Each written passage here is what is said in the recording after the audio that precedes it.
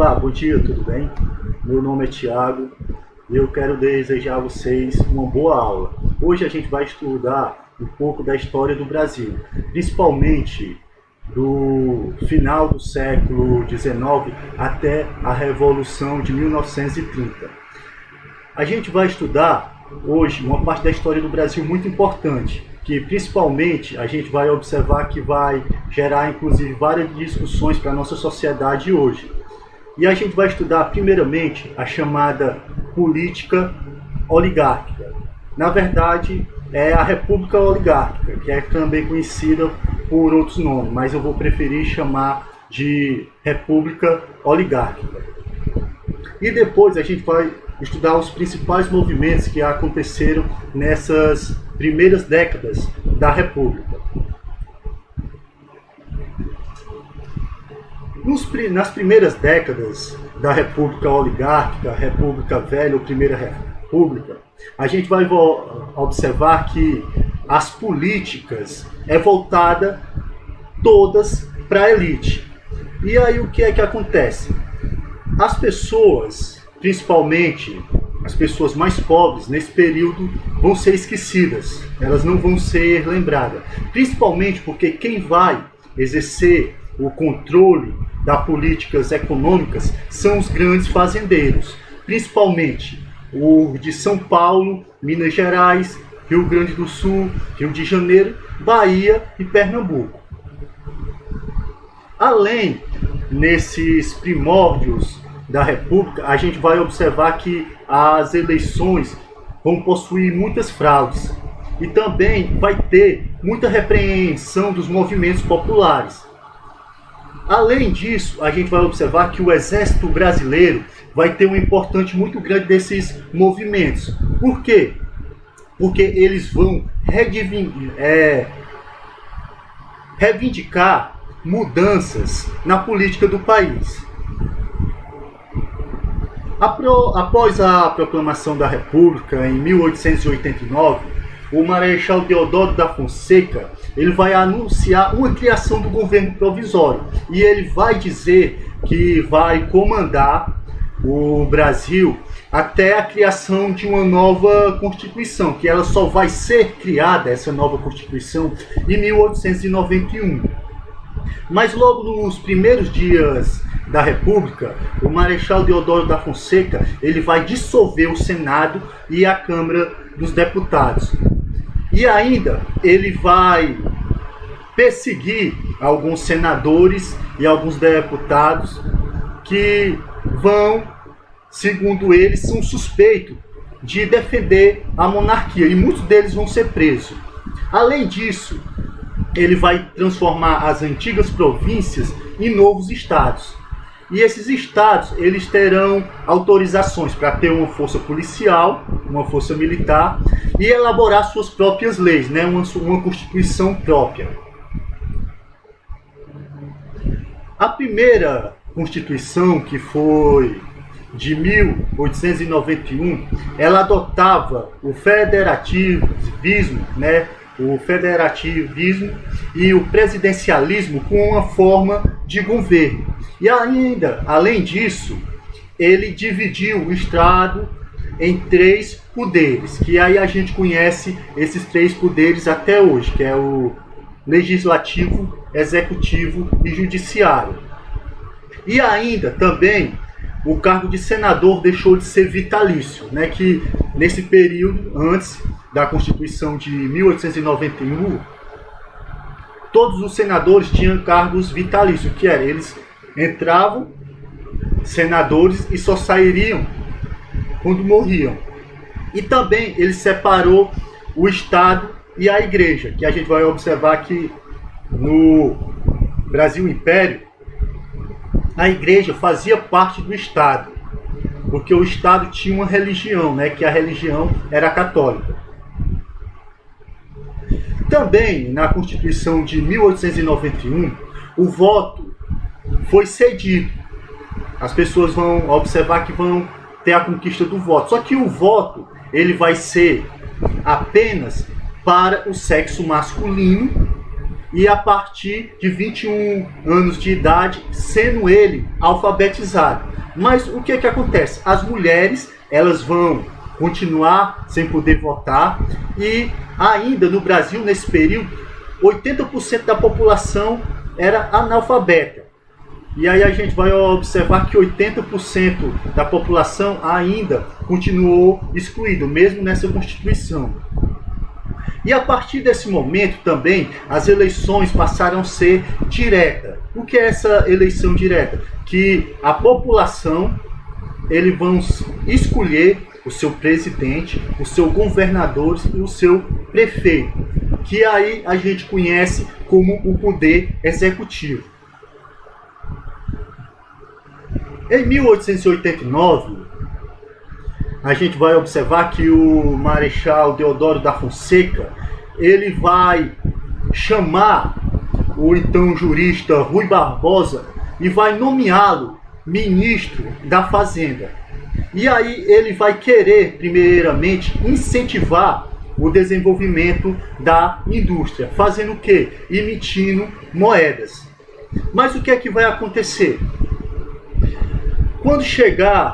Quando passa esse momento de euforia, a gente vai ver que muitos bancos que emitiram moeda, fizeram empréstimo para o desenvolvimento da indústria, não receberam esse dinheiro. E eles vão acontecer o que com esses bancos?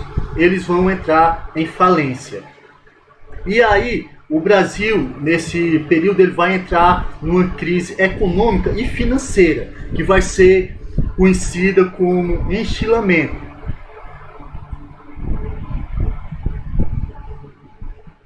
E com essa política do enchilamento, os deputados e senadores, eles vão tomar uma decisão. E aí o que é que eles vão querer fazer? Eles vão querer diminuir o poder do presidente.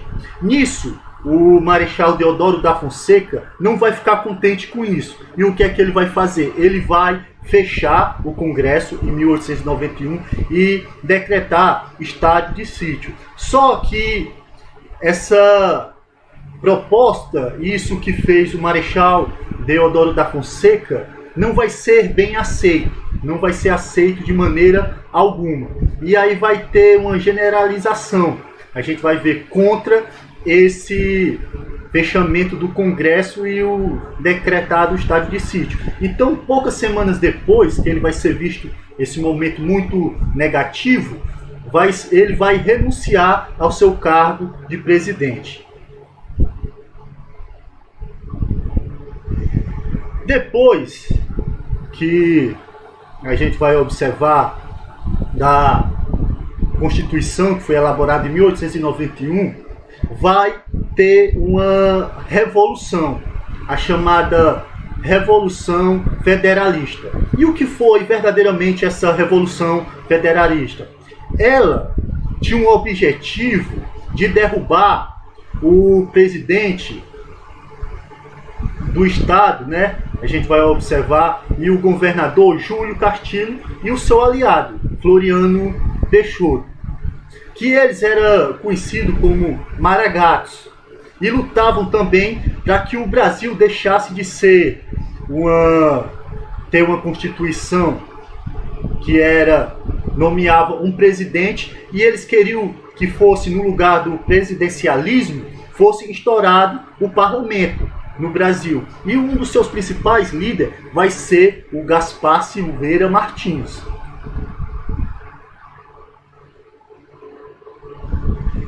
A gente vai observar que os seguidores de Júlio de Castilho, também conhecido como os pica-paus, vai acontecer nesse período uma guerra sangrenta, uma guerra civil, que a guerra civil é uma das piores guerras que existe. Aí o que é que vai acontecer? Floriano Peixoto, ele vai mandar o exército para o Rio Grande do Sul para apoiar o Júlio de Castilho. Essa guerra, ela vai se estender em toda Santa Catarina e no Paraná, e vai ter até repercussões na época no Rio de Janeiro, que nesse período o Rio de Janeiro era a capital do país. Outra revolução, além da Revolução Federalista, tem as revoltas armadas, que um dos principais líderes dessas revoltas armadas foi o almirante Custódio de Melo, que na verdade ele queria era ser presidente da República. E depois que ele vai dizer que com a renúncia do Marechal Deodoro da Fonseca era para ter novas eleições. E aí a gente vai observar que ele vai persuadir todos os marinheiros, já que ele era um almirante da Marinha, e esses marinheiros vão se apossar de barcos e vão bombardear toda a cidade do Rio de Janeiro entre 1893 e 1894. Essas revoltas armadas e também a Revolução Federativa aconteceu durante a primeira década da República e ela vai terminar aí em abril de 1994. Mas ela vai se estender, principalmente na região gaúcha, até 1995. E ela só vai quando o exército, né, vai vencer a guerra, vai vencer esses combates, e aí o Juliano de Castilhos vai voltar a ser governador do estado. Depois desses eventos, se a gente for notar, vai acontecer nesse período um acordo político entre os governadores, principalmente durante o mandato de Campos Salles, que ele vai criar a chamada política dos governadores, que tinha o objetivo de verdadeiramente deixar como governadores e a elite. Era esse o motivo. Era verdadeiramente, por exemplo, os governadores, eles verdadeiramente era como se fosse, vamos dizer, um time de futebol, que tem o titular, aí depois entra o reserva, mas o reserva ainda é do mesmo time, né? Ele tinha esse objetivo. Também eles tiveram um pacto, um acordo entre eles, que esse acordo, que era chamado Pacto de Reciprocidade, o que é que eles faziam? Ele estabelecia e ele fazia, usando o sistema político, que todos os deputados que fossem eleitos deveriam ser deputados aliados do presidente, porque eles não queriam oposição. E aí o que é que eles faziam em troca disso? Se todos os deputados que fossem eleitos fossem do lado do presidente da República, ele realizaria obras públicas no estado. E ele também impedia a oposição de ter cargos públicos. Era um pacto que a gente vai observar que surgiu nesse período. A gente vai observar que nesse período também vai surgir outra aliança. A aliança entre governadores e a aliança entre os coronéis, que foi chamada inclusive de clientelismo. O que é isso? Se a gente for notar, que na verdade esse pacto, essa aliança garantia aos governadores serem eleitos e os coronéis, muitas vezes acontecia troca de favores. Por exemplo, poder jurídico e as forças policiais, e aí as coisas que os coronéis faziam, que a gente vai observar que os coronéis foram muito fortes, inclusive no Nordeste cearense, em todo o Nordeste, na verdade, teve também no Norte, também no Centro-Oeste, mas ele vai ser mais evidente no nosso Nordeste, que eles, muitas vezes, eram muito agressivos e não hesitavam em usar a força. O coronelismo, gente, ele vai ser marcado pelas políticas oligárquicas. Esse nome, República Oligárquica, nem combina, porque república significa do povo. e oligarquia significa de poucos, que na verdade eram poucos mesmo. A república só era para a elite. Aí a gente vai observar que foi muito forte aqui no Ceará. Os coronéis, se a gente for observar, ainda tem muitos colégios, muitas escolas que são nome, inclusive, de coronéis, principalmente no nosso Ceará. E aí, gente, também, nesse período, vai surgir também o convênio de Taubaté. O que é o convênio de Taubaté? O convênio de Taubaté se juntou os 3 estados produtores de café, os maiores do país, né, os maiores do Brasil. E eles fizeram esse acordo porque foi fundado justamente na cidade de Taubaté, no interior de São Paulo. E aí o que é que eles querem com esse convênio de Taubaté? Basicamente, ele queria que o governo federal valorizasse o produto da exportação, que era o maior produto brasileiro, que trazia mais lucro para o Brasil, que era o café. E esse convênio, ele queria que todas as sacas, vamos dizer, de café que não fossem vendidas, o Brasil, o governo federal, os governos estaduais deveriam comprar o café. Para quê? Para que o preço do café se estabelecesse no Brasil. Aí o que é que vai acontecer nesse processo? Além disso, além deles querer que o Brasil compre todos, o governo compre todos, o restante das sobras dos produtos que é o café, ele vai querer que o Estado ofereça empréstimo aos grandes fazendeiros, né, as fazendas de café. Para quê? Para valorizar o café. Mas esse convênio, ele só vai ser mantido até 1924. A gente vai observar que as políticas oligárquicas no período republicano são muito fortes. E aí, o que é que vai acontecer? A política vai estar toda na mão da elite brasileira. A pobreza vai se encontrar em estado de abandono. A gente vai observar que as pessoas menos favorecidas vão ser totalmente abandonadas. E aí o que é que vai acontecer nesse momento? Muitas dessas pessoas que estão em abandono, elas vão fazer o chamado êxodo rural. Elas vão sair do campo e vão para a cidade.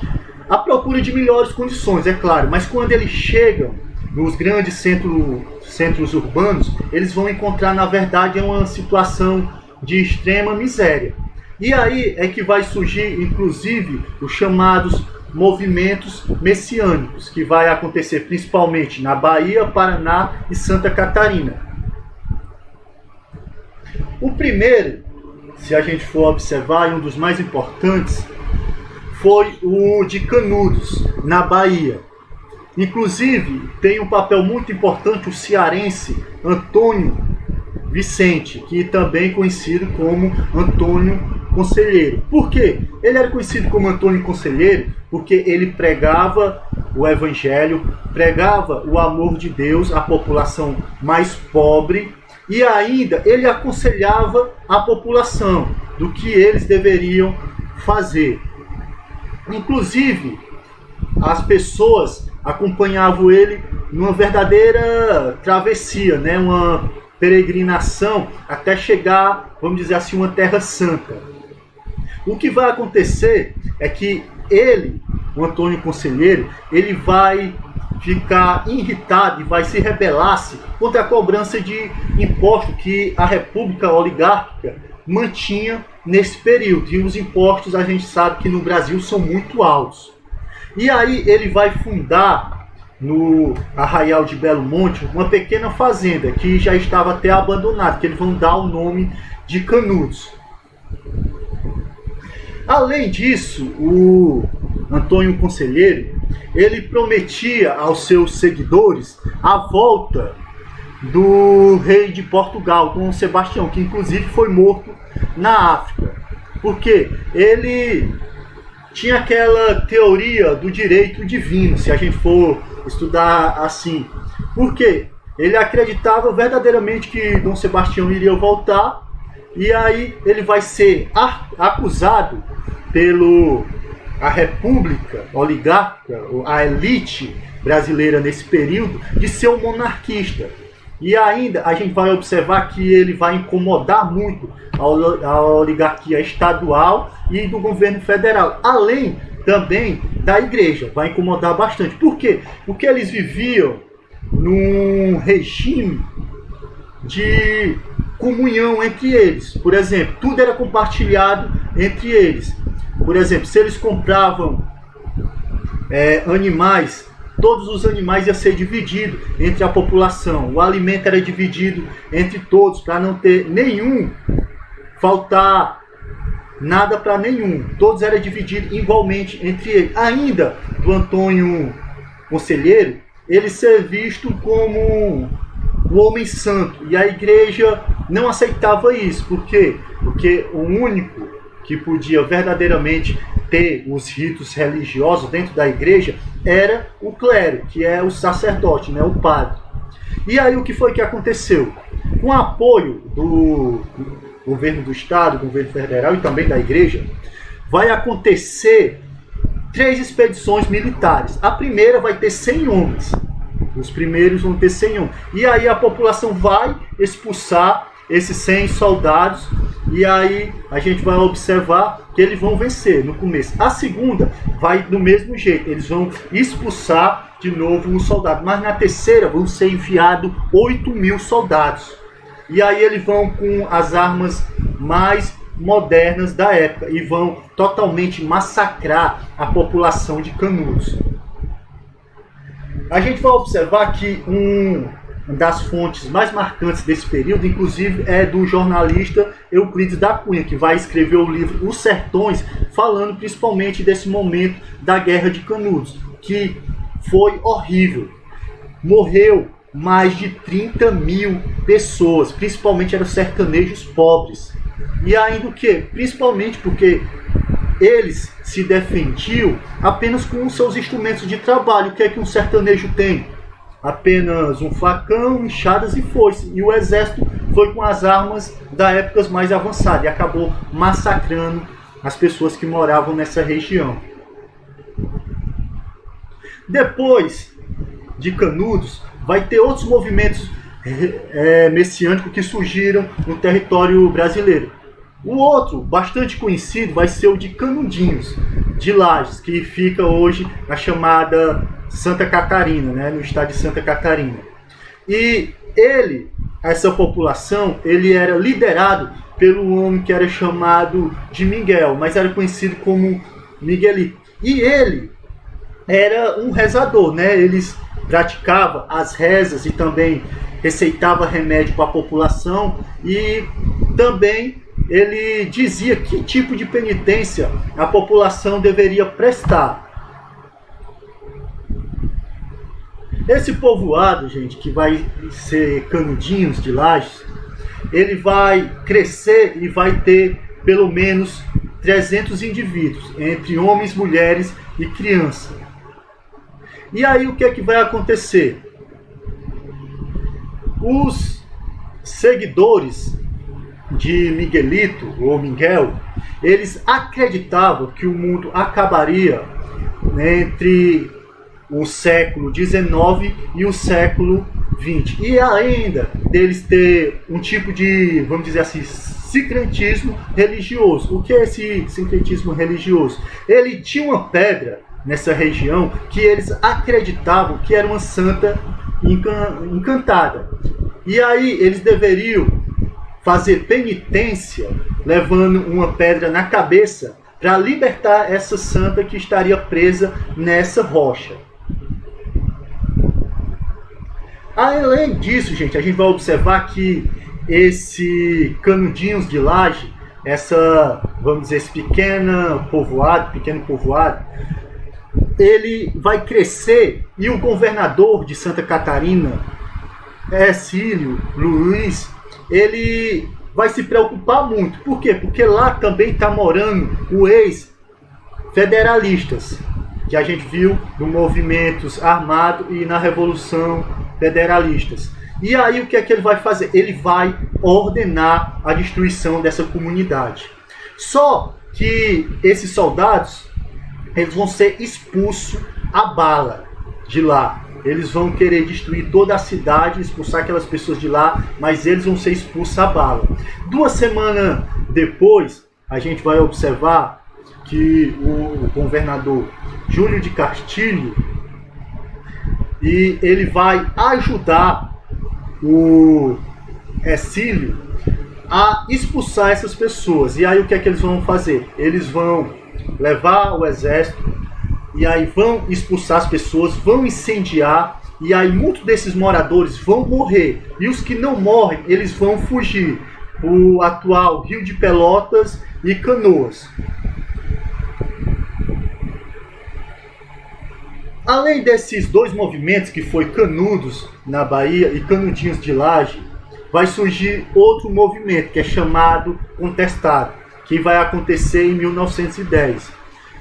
Que nesse lugar, né, conhecido como Contestado, morava 6.000 pessoas. E ele tinha esse nome porque desde o Império, a gente vai observar que tanto o estado de Paraná como Santa Catarina queriam anexar esse território ao seu.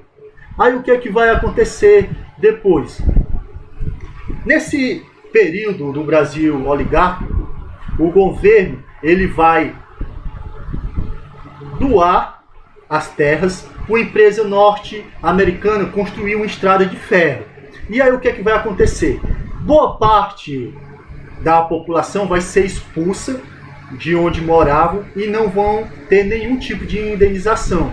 E ainda, cerca de 8.000 trabalhadores que vão trabalhar na construção dessa estrada de ferro, eles vão ficar desempregados. Aí vai se acentuar bastante nesse período a pobreza.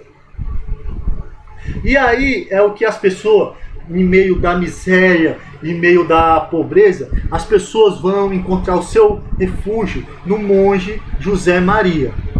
E aí o que é que ele pregava, esse monge chamado José Maria? Ele prometia um reino de justiça, que inclusive um novo advento, e que muitas pessoas se identificaram com esse movimento como se fosse a volta da monarquia. Aí o que é que vai acontecer? Primeiramente, os coronéis vão se assustar com esses movimentos. E aí o que é que vai acontecer? Conflitos. E aí é que vai ser assassinado a mando dos coronéis. Os coronéis vão mandar, e aí vai as forças policiais e vão assassinar o monge, que ele vai ser assassinado em 1912. Eles pensavam que tinham enfraquecido esse movimento, mas aí, depois, esse movimento continuou, principalmente porque apareceu um moço, considerado virgem, que dizia ser vidente.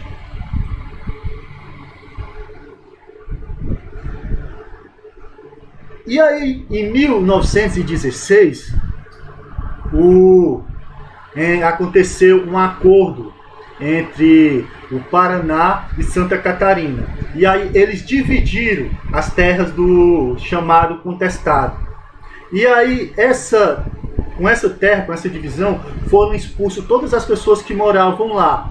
E essa parte do Contestado, ela vai ser colonizada principalmente pelos imigrantes europeus, que vão ser principalmente os italianos e os alemães. Gente, até aqui eu quero agradecer a todos vocês por assistir esse vídeo. Eu fiz um resumo do Brasil no período da República Oligárquica. Eu espero que vocês gostem, e como eu também estou gostando de fazer esses vídeos para vocês, e a gente vai estudar bastante. Não é porque a gente está vamos dizer assim, numa epidemia de coronavírus, que a gente está em quarentena, né? Mas a gente ainda está continuando estudando, e vamos continuar a estudar bastante. Valeu, obrigado.